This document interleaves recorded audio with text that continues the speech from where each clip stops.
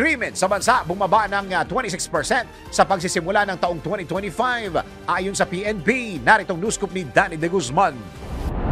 Bumaba ng mahigit 26% ang naitalang krimen sa bansa sa pagsisimula ng taong 2025. Batay sa datos ng Philippine National Police, simula Enero 1 hanggang Pebrero 14, umabot lamang ng mahigit 3,000 ang naitalang 8 focus crime.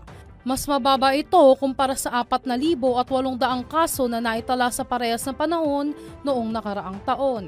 Ayon kay PNP Chief General Romel Francisco Marbil, malaki ang nagiging papel sa investigasyon at paglutas ng kaso ng pagpopost sa mga krimen sa social media. Gayunman, pinaalalahanan pa rin ng PNP Chief ang publiko na manatiling mapagmatyag at gamitin ng tama ang social media.